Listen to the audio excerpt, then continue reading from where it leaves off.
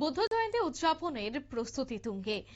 আগরতলার বেনুবন এবং অভয়নগরস্থিত প্রাচ্য বিদ্যা বিহারে বুদ্ধ জয়ন্তী উদযাপনের প্রস্তুতি চলছে। 30 এপ্রিল এবং থেকে 1 মে দুদিন ব্যাপী একাধিক কর্মসূচির আয়োজন করা হচ্ছে। 2570তম বুদ্ধ জয়ন্তী উৎসবে বুদ্ধ পূর্ণিমা উপলক্ষে আগরতলার বেনুবন বিহারে এবং অভয়নগর প্রাচ্যবিদ্যা বিহারে সেজে উঠছে। আগামীকাল বুদ্ধ জয়ন্তী উপলক্ষে নানা অনুষ্ঠানের মধ্য দিয়ে দেশ এবং দেশের শান্তি কামনায় বিশেষ প্রার্থনা এবং সভারও আয়োজন করা হবে। এ বিষয়ে বৌদ্ধ ভিক্ষুরা কি বলছেন শোনাবো। আজকে 30 এপ্রিল আমরা বুদ্ধ জয়ন্তী উপলক্ষে সকালে 9টার সময় আগরতলায় ক্যান্সার হসপিটালে গিয়ে ফল, ফ্রুট, সুইট, জল দান করেছি পেশেন্টদেরকে। আমরা পূজা করে ওদেরকে আশীর্বাদ দিয়েছি যাতে পেশেন্টটা সুস্থ হয়ে ঘরে চলে যেতে পারে।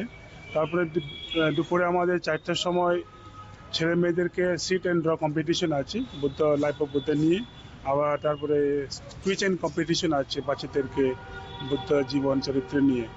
আগামীকাল সকালে মেন বুদ্ধ পূর্ণিমা 1 তারিখ মে। ওখানে আমাদের আসবে মহামান্য রাজ্যপাল, গভর্নর আসবেন। তারপরে আমাদের যে হিজ হাইনেস প্রদীপ মুবাগরা আসবে। এই প্রোগ্রামে আমরা প্রিপারেশন করতেছি। আর অন্য ভিক্ষুর সঙ্গে অতিথিরা আছে।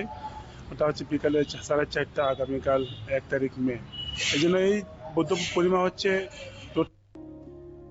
আপনারা শুনলেন, অর্থাৎ 30 এপ্রিল এবং 1 মে এই দুদিন ব্যাপী একাধিক যে কর্মসূচি এবং আগামীকাল থেকে যে প্রার্থনার আয়োজন করা হবে, বিভিন্ন পূজার্চনার আয়োজন করা হবে, সেই কথাই তুলে ধরলেন বৌদ্ধ ভিক্ষু।